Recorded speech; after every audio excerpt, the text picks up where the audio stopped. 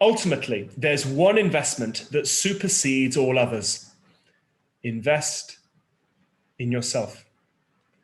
Not my words, that's Warren Buffett, the fabled billionaire investor, the sage of Omaha. And growing up as a young man, one of the most important investments that Buffett made in himself was to invest $100 to enroll in a Dale Carnegie public speaking course, completion of which, as I understand it, remains one of Buffett's proudest achievements. Indeed, on his office wall, doesn't have his degree certificate, but does have the certificate of completion for that course, which I think is really quite telling. Now, of course, Dale Carnegie is very much he's a titan really in the personal development industry of the last 100 or so years. Very, very high profile figure.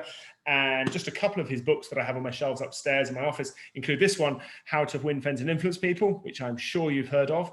But what's less well known, less often read, but equally well worth reading is this one, his book on public speaking, How to Develop Self-Confidence and Influence People by Public Speaking. It's does what it says on the tin type book, isn't it? And partly I like the fact that it's, because it was written so many years ago, it stood the test of time. He draws on historical examples, like Abraham Lincoln is mentioned quite a few times, one of the great speakers and presidents, of course, from US history, but goes way further back into antiquity. So there's a real depth to it, which I like. But let me offer up just one of the insights that really struck me when I first read this book some years ago now. And I think it's just so important, this, for influencing your progression as a speaker in your leadership communication. Whether you're coming from a position of already being pretty confident or from a position of feeling not at all confident, wherever you're at, what I found consistently to be the case over the years, working with clients from all walks of life, is that each and every one of us has the ability to get better at this stuff. Speaking effectively really is a skill, not a gift. But mindset, attitude matters. It really does matter. And that can profoundly affect the progress one makes. Now, here's Carnegie's take on it. And have a listen, see what you think. And I'll read the relevant excerpts. It's only short. Start with a strong and persistent desire. This is of far more importance than you probably realize. Think of what additional self-confidence and the ability to talk more convincingly in public will mean to you. Think of what it may mean and what it ought to mean in dollars and cents, to which I'd add euros and pounds and yen and Emirati dirhams. Think of what it may mean to you socially, of the friends it will bring, of the increase of your personal influence, of the leadership it will give you. And it will give you leadership more rapidly than almost any other activity you can think of or imagine.